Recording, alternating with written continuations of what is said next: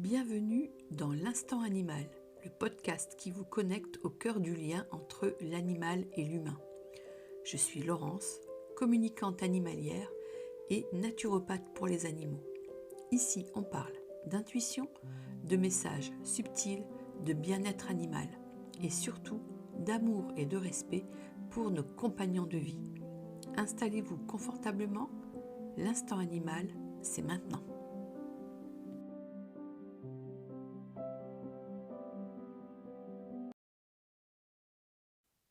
Tu sais, on n'adopte pas un animal par hasard. Parfois, on dit que c'est pour combler un vide, pour offrir une présence à nos enfants, pour se sentir moins seul, ou encore pour répondre à ce rêve d'enfant qu'on n'a jamais pu vivre parce que nos parents ne voulaient pas avoir d'animal chez nous. Mais au fond, souvent, on adopte un animal parce qu'on a besoin de liens, on a besoin de contact, on a besoin de douceur, on a besoin d'amour sans condition. C'est un peu comme un doudou vivant qui respire, qui sent bon le soleil, qui pose sa tête sur nos genoux, qui nous regarde avec des yeux qui ne nous jugent jamais. Et c'est ok, c'est même humain en fait. Et puis on traverse tous des moments dans notre vie où on a besoin d'être aimé, sans mots, sans attente. Et c'est ce que les animaux nous offrent. Mais voilà, cet amour, il vient avec une immense responsabilité. Parce que l'animal qu'on adopte, lui, il nous a rien demandé. Même si je suis bien d'accord, il arrive toujours dans nos vies et c'est jamais par hasard.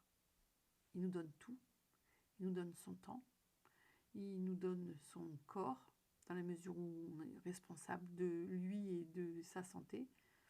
Il nous offre son regard et sa confiance. Et il attend juste qu'on soit là, qu'on le respecte et qu'on l'écoute.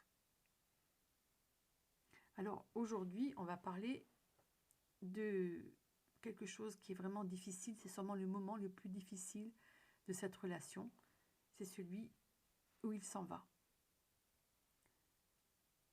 Parce que perdre un animal, c'est pas juste perdre un chat ou juste perdre un chien ou juste perdre un cheval ou un lapin ou une souris ou un oiseau, c'est perdre une part de soi.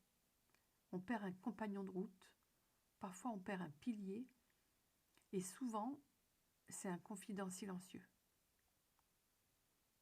C'est de ce deuil-là dont je vais te parler aujourd'hui avec tout mon cœur, avec mes tripes parce que j'en ai vécu aussi des moments difficiles. Et puis avec tout ce que m'a appris la communication animale au fil de ces années. Alors on parle souvent du deuil humain, mais celui qui suit la perte d'un animal, souvent on le passe sous silence. Pourtant c'est un vrai choc. C'est une vraie déchirure et je peux te dire que pour communiquer avec énormément de personnes qui ont perdu leur animal, c'est une vraie souffrance. C'est une vraie peine. Parce que le lien qu'on a avec nos animaux, c'est un lien unique. C'est silencieux, c'est intense, c'est précieux et c'est inconditionnel. C'est un petit peu comme le lien qu'on a avec nos enfants. Alors aujourd'hui, moi j'ai envie de t'accompagner un petit peu dans ce chemin de deuil. Je vais te parler des étapes, de ce que tu peux ressentir, de ce que tu peux mettre en place aussi pour t'aider. Et puis je vais te montrer à quel point la communication animale peut devenir un soutien vraiment dans ce passage difficile. Parce que je le vis au quotidien. Ce podcast, tu le sais, c'est aussi une main tendue. Alors peut-être que tu viens de perdre ton animal, peut-être que c'était il y a longtemps et que la douleur, elle est toujours là. Peut-être aussi que tu accompagnes quelqu'un dans cette épreuve. Allez, installe-toi, respire et puis on va cheminer ensemble. Aujourd'hui, en France, on compte plus de 80 millions d'animaux de compagnie, près de 15 millions de chats, environ 7,5 millions de chiens, des milliers de chevaux et des nacs, les fameux nouveaux animaux de compagnie, donc les petits lapins, les petites souris. Et puis il y a même des animaux de ferme que certaines familles accueillent avec beaucoup d'amour. Alors ça, c'est pas un hasard. Les animaux, ils partagent notre quotidien, ils nous accueillent sans jugement, ils nous aiment sans condition, ils vont ressentir nos humeurs et souvent, parce que vous me le dites et parce que j'ai pu l'observer, moi aussi dans mon quotidien, eh bien, ils sont nos confidents silencieux, ils absorbent énormément de ce que l'on vit. On le dit, hein, les animaux sont des éponges. Et pour vous donner un petit souvenir que j'ai comme ça qui me vient, c'est d'une personne que j'avais accompagnée, dont le chat restait au pied de son lit pendant toutes les crises d'angoisse qu'elle pouvait avoir. Lui, il savait, il restait là. Et c'est lui qui tenait la température émotionnelle de la maison. Alors quand ce lien se brise, ben c'est un monde qui s'écroule. J'exagère pas, hein. C'est vraiment la réalité d'un deuil affectif qui est très très profond.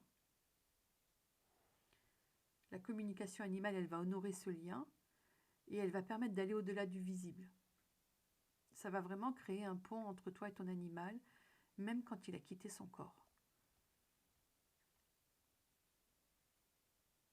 Alors tu traverses peut-être certaines étapes de ce deuil en ce moment, ou alors tu les as connues. Il y a plusieurs étapes, et ce que je veux que tu comprennes, c'est que c'est pas linéaire. Les étapes que je vais pouvoir te décrire là, c'est des étapes que l'on vit quand on perd un être cher, et il n'y a pas j'arrive pas à le dire. Bon, c'est pas grave, c'est pas linéaire en fait. C'est-à-dire que parfois ça peut durer longtemps, parfois il y a des retours en arrière, et, euh, et c'est comme ça. La première étape, c'est le choc, c'est la sidération. C'est le moment où en fait tout s'arrête. T'y crois pas. Ton cerveau, il refuse d'intégrer cette réalité-là, parce que c'est un vrai choc. Moi, quand j'ai perdu Orlando, alors Orlando, je vous en ai encore jamais parlé parce que il n'est pas resté longtemps dans ma vie. Et puis là, j'y pense. C'est un chat qui était un angora turc que j'avais à la maison et que j'avais comme reproducteur à l'époque où j'avais mon petit élevage de chats. Et Orlando, il était absolument génial. Ce chat, c'était vraiment un amour de chat. Et en fait, c'est un chat, il a vécu 1 année. Il s'est trouvé en fait qu'il a eu un matin. Je vais vous raconter un petit peu ça, plutôt dans l'histoire, un peu comment ça s'est passé. Donc ce chat était à la maison. Et un matin, je me lève et je le vois, il dort. Donc comme tous les chats dorment. Sauf que je sens qu'il y a un truc qui ne va pas. Et je me dis, il y a un truc qui ne va pas. Et du coup, bon, ma Béto, à chaque fois que je l'appelais, elle savait très bien que c'était pas de la bobologie. Quand je ressentais qu'il y avait un truc qui allait pas, c'est qu'il y a un truc qui allait pas. Et moi qui suis Reiki, je mets mes mains autour du chat et je sens une espèce de boule dans son corps. Je ne savais pas trop la localiser, c'était dans le bas du corps. Et j'emmène le chat chez la véto en lui disant, écoute, il va pas bien et je sens une boule. Elle me dit, non, mais c'est rien, t'inquiète pas, il a dû se faire piquer, peut-être par un moustique, peut-être que c'est une réaction, etc. Et elle a fait venir quelqu'un qui venait ce jour-là pour passer une échographie du chat. Et en fait, elle m'a téléphoné, elle m'a dit, ben écoute, le chat, il a la rate qui est grosse comme un chien de 25 kilos. Et ça, moi, ben, je ne savais pas ce que ça voulait dire à l'époque. Et elle me dit, non, mais c'est énorme, j'ai jamais vu ça chez un chat. Donc, elle me l'a rendu, elle m'a donné un traitement et je devais du coup surveiller le chat. Et moi, donc elle avait fait aussi une prise de sang. Et moi, j'avais vraiment dans l'idée que le chat, il allait pas bien. Et je lui ai fait du Reiki tous les jours, il a dormi avec moi, il se lavait plus, j'ai fait sa toilette avec un gant, etc. Et le chat, il a décliné en 7 jours de temps. Et le jour où parce qu'il mangeait plus, je décide d'aller chez la véto pour prendre une pâte appétante pour qu'il mange quelque chose. J'étais chez la véto, elle n'était pas là, c'était son jour de congé, mais elle m'a appelé alors que j'étais chez elle sur mon portable pour me dire qu'elle avait les résultats d'analyse et que le chat, il avait un lymphome. Alors un lymphome, c'est un cancer de la lymphe. Et elle me dit, chez un jeune chat, 1 an, bon, il n'y a pas grand-chose à faire, quoi. Donc il fallait prendre une décision. Et la décision, c'était de l'euthanasier parce qu'il ne fallait pas que le chat souffre plus longtemps. Et de toute façon, il était en train de décliner. Il allait vraiment pas bien.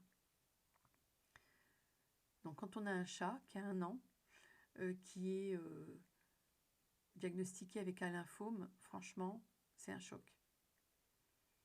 Un animal, quand c'est jeune, c'est comme un enfant, hein. On n'imagine pas qu'un enfant jeune va mourir, peut mourir.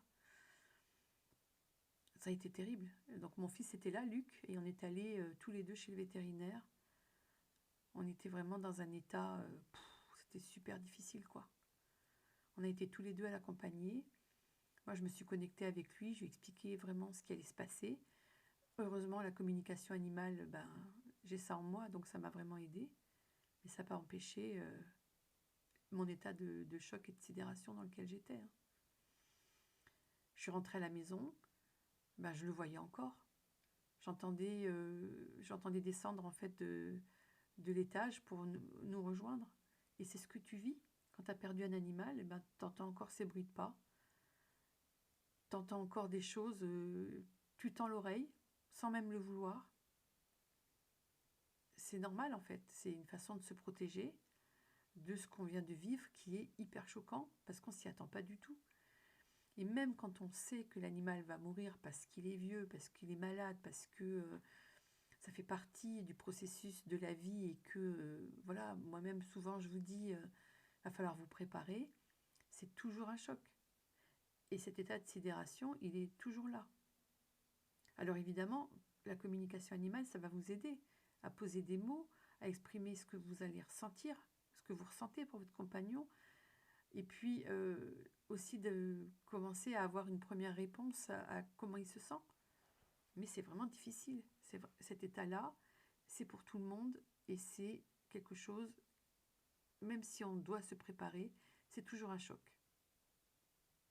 Ça fait partie de la perte que l'on a chacun quand on perd quelqu'un qu'on aime. Après, il y a le déni.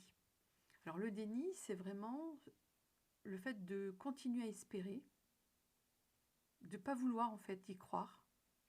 On garde les affaires, on regarde les photos encore, encore et encore.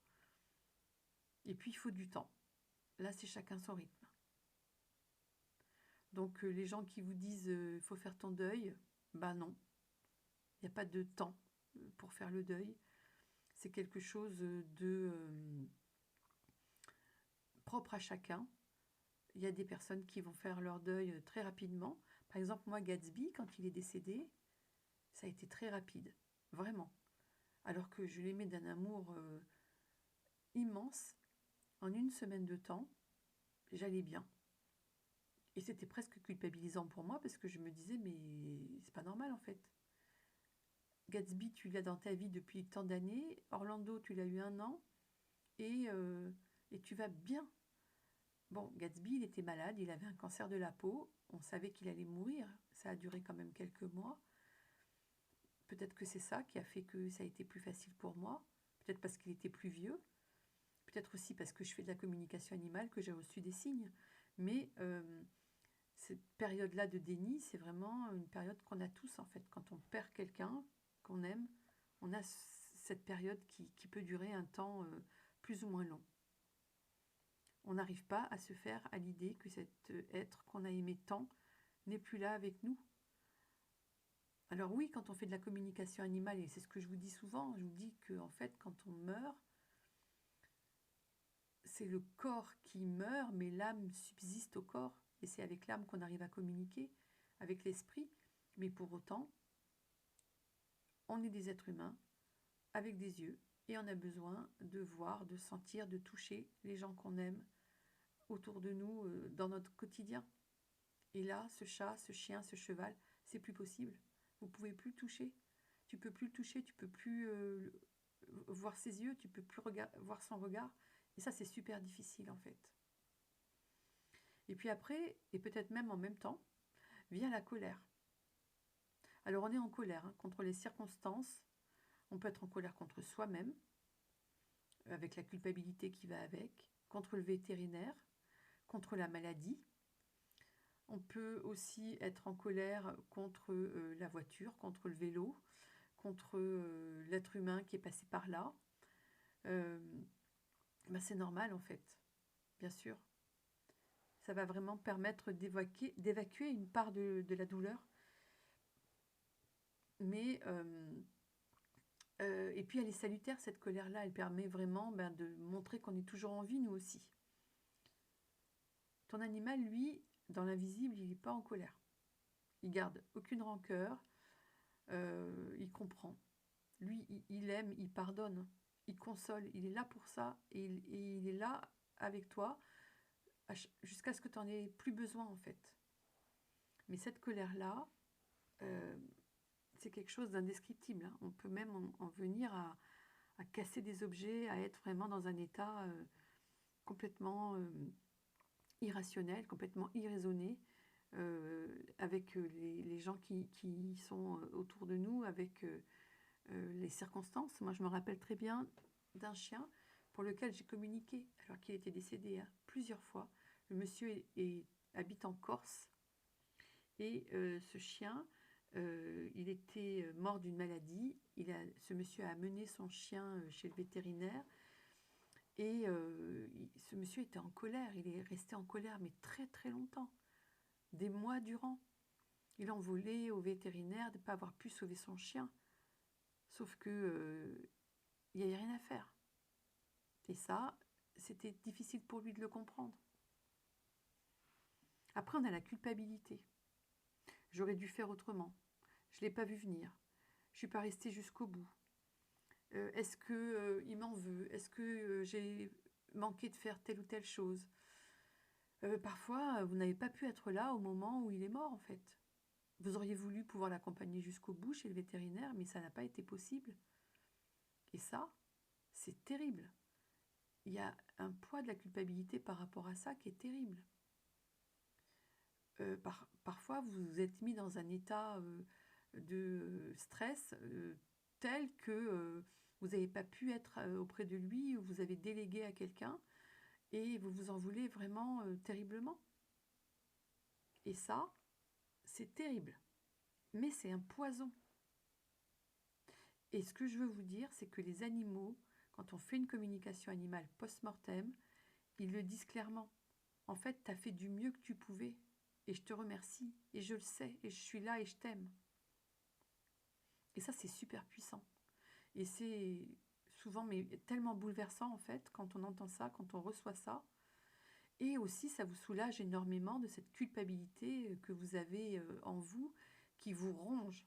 Et quand je communique avec vous, parfois, après des années, après la mort d'un animal, ça arrive que vous veniez me voir, votre animal est mort depuis 10 ans, vous ne saviez pas qu'on pouvait faire une communication animale après la mort d'un animal, et cette culpabilité que vous avez toujours, le fait de pouvoir faire cette communication, souvent ça aide vraiment à libérer, parce que l'animal était là, il a bien vu que vous étiez là, il a bien senti que vous l'aimiez, et que vous l'aimez toujours en fait.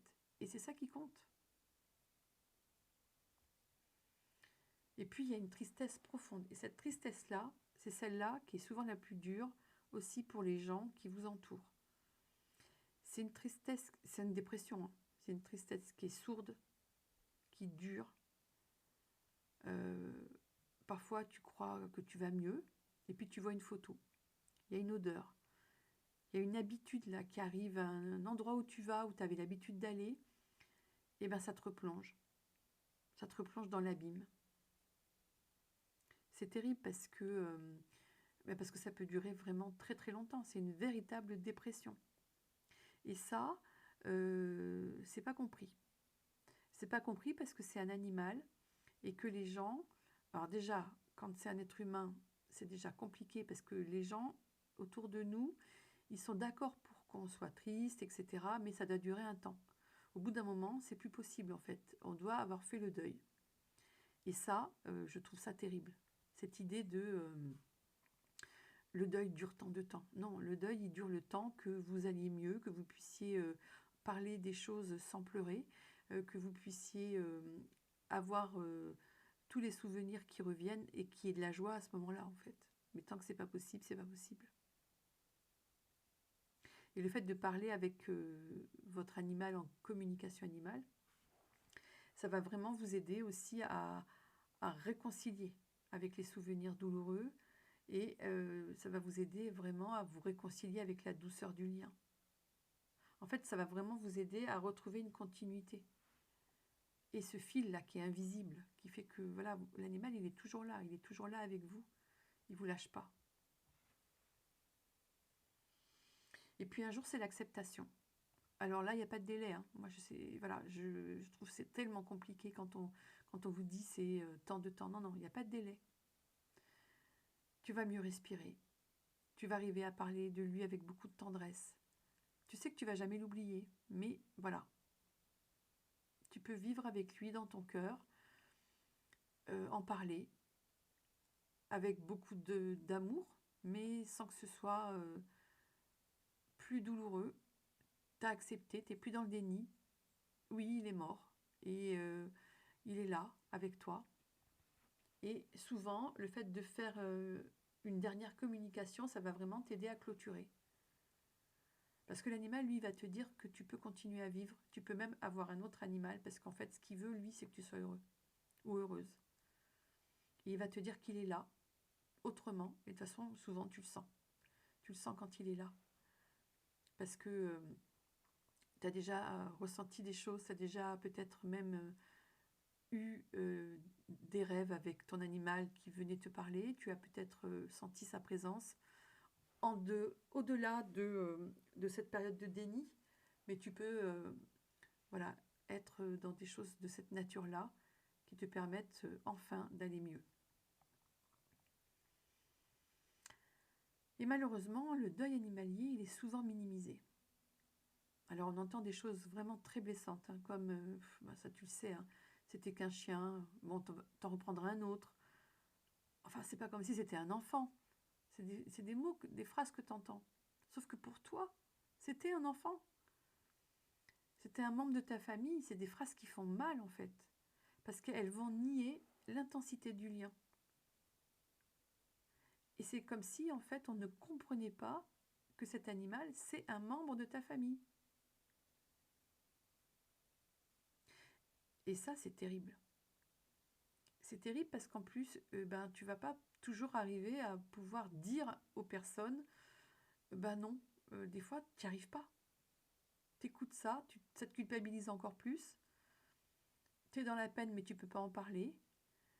Et c'est là que, voilà, que moi, j'interviens. Parce que vraiment, en communication animale, on va vraiment déconstruire ce tabou-là. On va pouvoir rendre visible, en fait, ce qui ne se voit pas.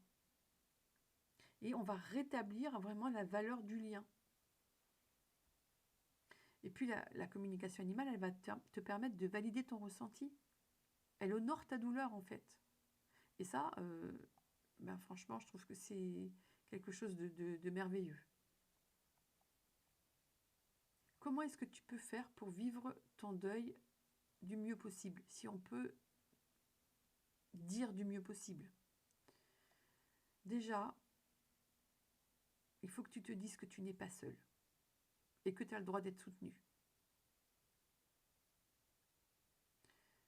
Moi, je vais te donner ici quelques pistes vraiment pour t'aider à cheminer dans cette période de deuil. Si tu es en deuil actuellement ou si jamais, voilà, tu viens écouter cet épisode à un moment donné où tu es dans le deuil. Exprime ce que tu ressens. Écris. Parle à quelqu'un de confiance et crée un espace de mémoire. Alors, j'ai plein de personnes avec lesquelles j'ai fait des communications animales qui ont fait des sortes de petits mausolées pour leur animal, qui ont écrit des lettres que j'ai pu lire à leur animal post-mortem. Si tu as écouté l'épisode sur Ursule, eh bien, la lettre qu'avait écrite Stacy, je la lui ai lue. Et le fait d'écrire, le fait de pouvoir faire ça, c'est déjà quelque chose qui va beaucoup te permettre de t'aider. Moi, je propose à toutes les personnes qui viennent vers moi de créer un rituel, d'allumer une bougie tous les jours, au moins pendant 21 jours dans l'idéal, et plus si besoin, de profiter de cette bougie allumée pour dire quelque chose. Alors ça peut être une prière si tu es croyant, mais tu n'es pas obligé de dire une prière si tu n'es pas croyant, mais peut-être de lui dire quelque chose, de lui envoyer des messages, de faire une cérémonie, d'avoir des photos, voilà. Tout ça, ce sont des choses dans le rituel qui vont être importants. Et quand je communique avec les animaux, j'ai souvent cette information. Pour les personnes qui font ce rituel-là, j'ai l'information et je vous le dis. Et je vous dis, voilà, j'ai vu de la lumière, j'ai entendu des messages. Alors, j'ai pas la teneur des messages, mais l'animal a reçu, en fait. Il reçoit, en fait, l'énergie que vous mettez dans votre message d'amour. Et ça, ben, c'est génial, en fait. Ça permet vraiment, pour vous aussi, quand vous faites une com, d'avoir l'information que votre message est bien passé. Et puis, offre-toi du temps. Offre-toi du temps pour pleurer. Offre-toi du temps pour ne rien faire. Offre-toi du temps pour être triste. Tu viens de perdre un être que tu aimais de tout ton cœur. C'est triste. Ça fait pleurer. Et on peut être déprimé. Et c'est autorisé en fait. Autorise-le toi. Entoure-toi de personnes bienveillantes qui ne vont pas te juger. Ça, c'est super important.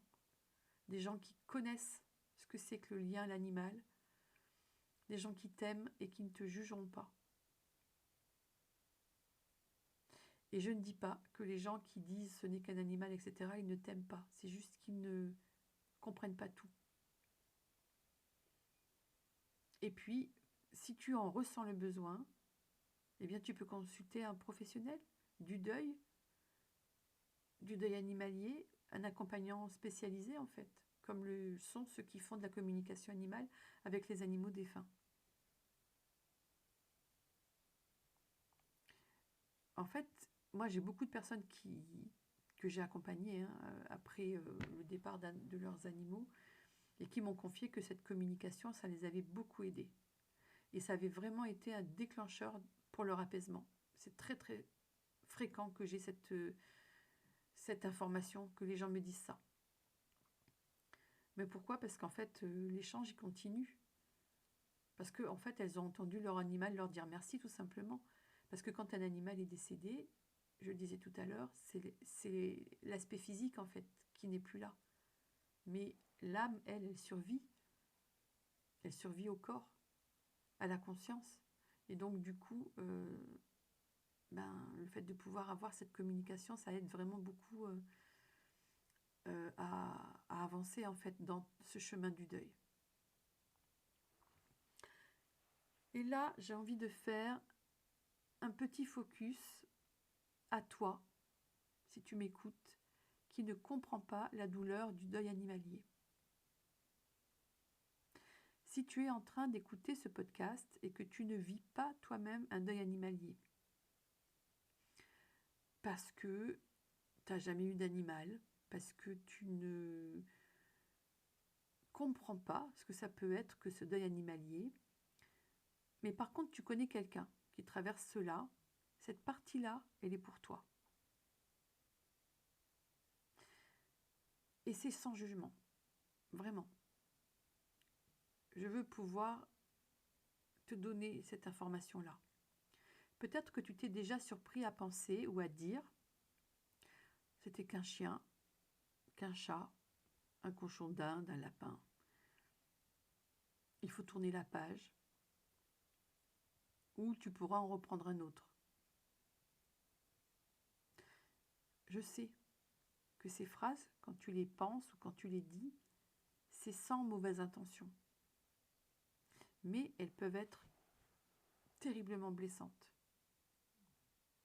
Alors, moi, ce que j'ai envie, c'est de t'inviter à changer de regard.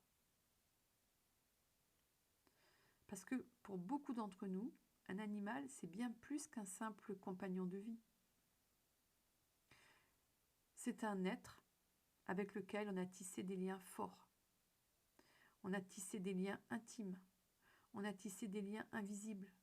On a tissé des liens profonds. C'est un membre de la famille. Et parfois même,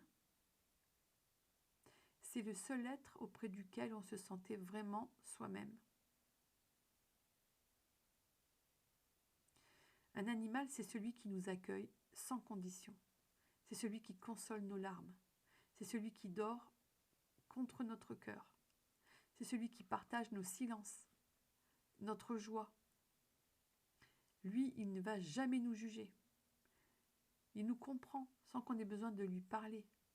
Il est là quand on est dans la solitude, quand on est dans la peine, quand on est dans la fragilité, quand on est dans la tempête. Alors, oui, perdre un animal peut être une véritable déchirure.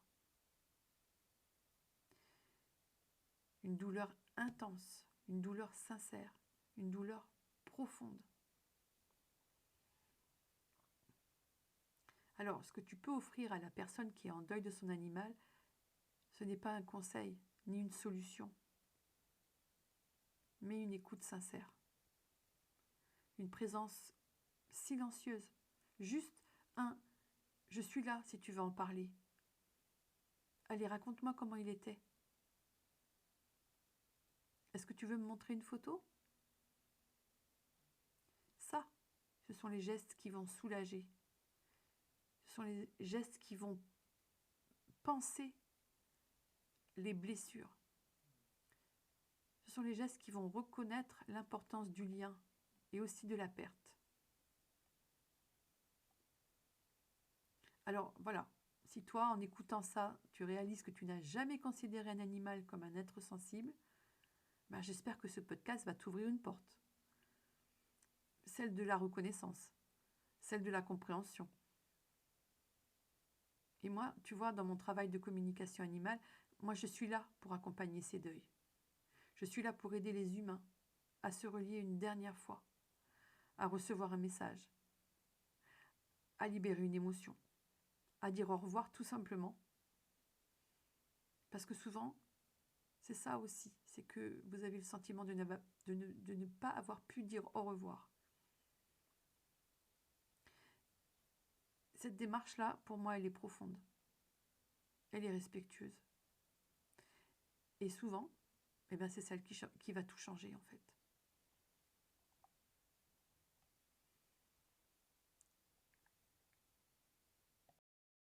Merci d'avoir partagé cet instant animal avec moi. Si cet épisode vous a touché, pensez à le partager, à vous abonner ou à laisser un petit commentaire pour faire rayonner ce message. N'oubliez pas les étoiles sur votre meilleure plateforme de podcast. Retrouvez-moi sur Instagram, sur Facebook ou sur mon site internet pour découvrir mes accompagnements et entrer en conversation avec moi. Et d'ici là, prenez soin de vous et de vos animaux et continuez d'écouter ce que le cœur a à vous dire.